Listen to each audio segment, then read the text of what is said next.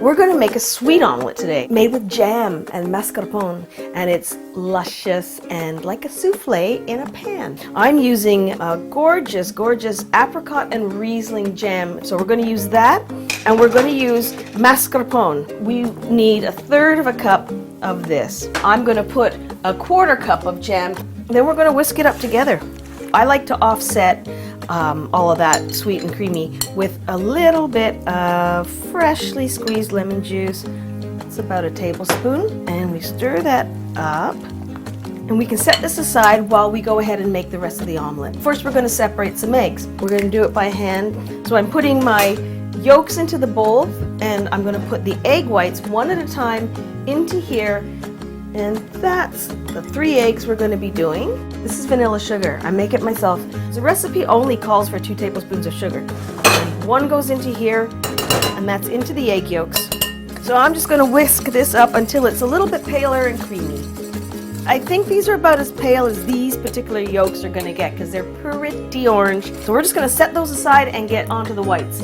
We have our 3 whites in here, and we're going to add a tablespoon of the fantastic vanilla sugar. I'm also going to add just a little pinch of salt. We're going to whisk it until it's big and poofy. It's going to get loud in here.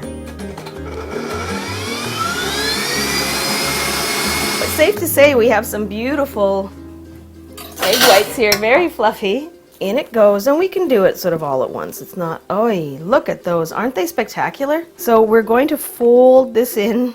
We kind of want it uniform, but we also don't want to ruin all of its lovely, lovely height that we've built. I don't want to mix it any more than that. That's it. Set it aside for half a second. Don't let it sit around because the air's breaking as we go. I want to get over to the pan now.